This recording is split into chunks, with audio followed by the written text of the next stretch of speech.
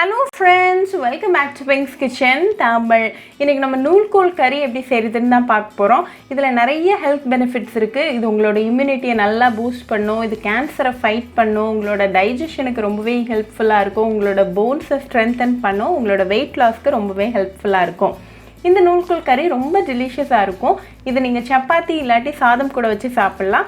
ரொம்பவே ஈஸியாக பண்ணிடலாம். ஸோ இந்த ரெசிபியை பார்க்குறதுக்கு முன்னாடி இதுக்கு தேவையான பொருட்கள் என்னென்னு பார்த்துட்டு வந்துடலாம்.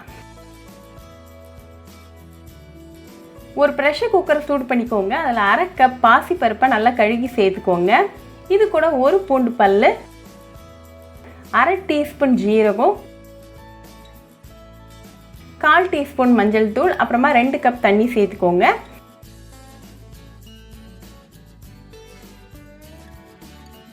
இப்போ குக்கரை க்ளோஸ் பண்ணிவிட்டு ஒரு 4 விசில் வரைக்கும் வேக வச்சுக்கலாம். இந்த பருப்பு நல்லா மசிஞ்சு வர வரைக்கும் நல்லா குக் பண்ணிக்கலாம். இப்போ 4 விசில் ஆகி ப்ரெஷரும் செட்டில் ஆகிடுச்சு. ஸோ ஓப்பன் பண்ணி பார்த்துடலாம்.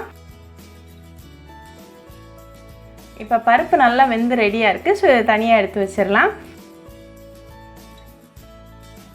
இப்போ இன்னொரு பேனை சூடு பண்ணிக்கோங்க. அதில் 1 டீஸ்பூன் எண்ணெய் சேர்த்துருங்க. எண்ணெய் நல்லா காஞ்சதும் 1/2 டீஸ்பூன் ஜீரகம்,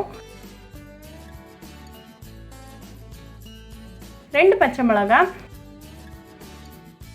கொஞ்சமாக கருவேப்பிலை இலைகள், அப்புறமா ஒரு வெங்காயம் நல்லா பொடிசாக கட் பண்ணி சேர்த்துக்கோங்க.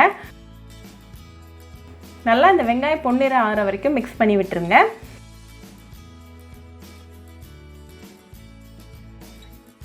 இப்போ இது கூட ஒரு தக்காளியை பொடிசாக கட் பண்ணி சேர்த்துட்டு ஒரு 2 மினிட்ஸ் நல்லா கலந்து விட்டுருங்க.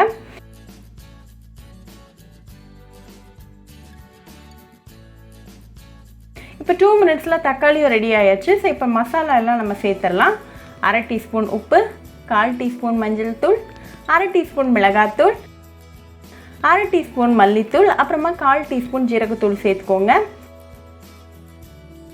எல்லா இன்க்ரீடியன்ஸையும் நல்லா கலந்து விட்டுருங்க. நம்ம ஆட் பண்ணியிருக்கிற மசாலாவோட பச்சை வாசனை கம்ப்ளீட்டாக போயிடணும். இப்போ இது கூட 2 நூல்குள்ள நல்லா பொடிசாக கட் பண்ணி சேர்த்துக்கோங்க. அதையும் நல்லா கலந்து விட்டுருங்க.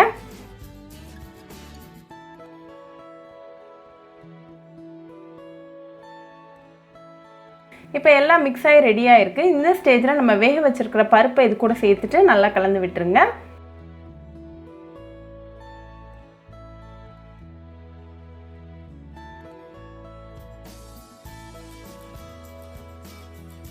இது கூட 1 கப் தண்ணி சேர்த்துட்டு அதையும் நல்லா மிக்ஸ் பண்ணிடுங்க.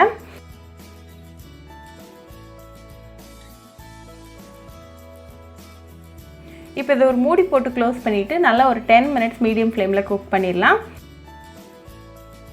இப்போ 10 நிமிஷம் ஆகியாச்சு. ஸோ ஓப்பன் பண்ணி பார்த்துடலாம்.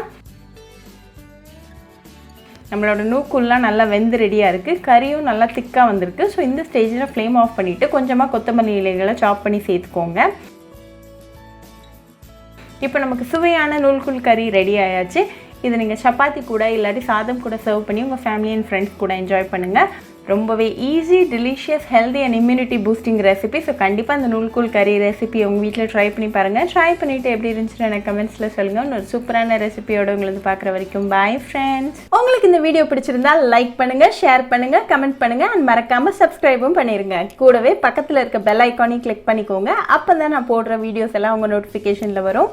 உங்களுக்கு ரெசிபிஸ் இங்கிலீஷில் பார்க்கணுன்னா பிங்க்ஸ் கிச்சன் சேனலை பாருங்கள். சேனலோட லிங்க் நான் அந்த டிஸ்கிரிப்ஷன் பாக்ஸில் கொடுக்குறேன். மறக்காமல் செக் பண்ணுங்கள். இன்னொரு இன்ட்ரெஸ்டிங்கான ரெசிபியோடு உங்களை பார்க்குற வரைக்கும் பாய் ஃப்ரெண்ட்ஸ்.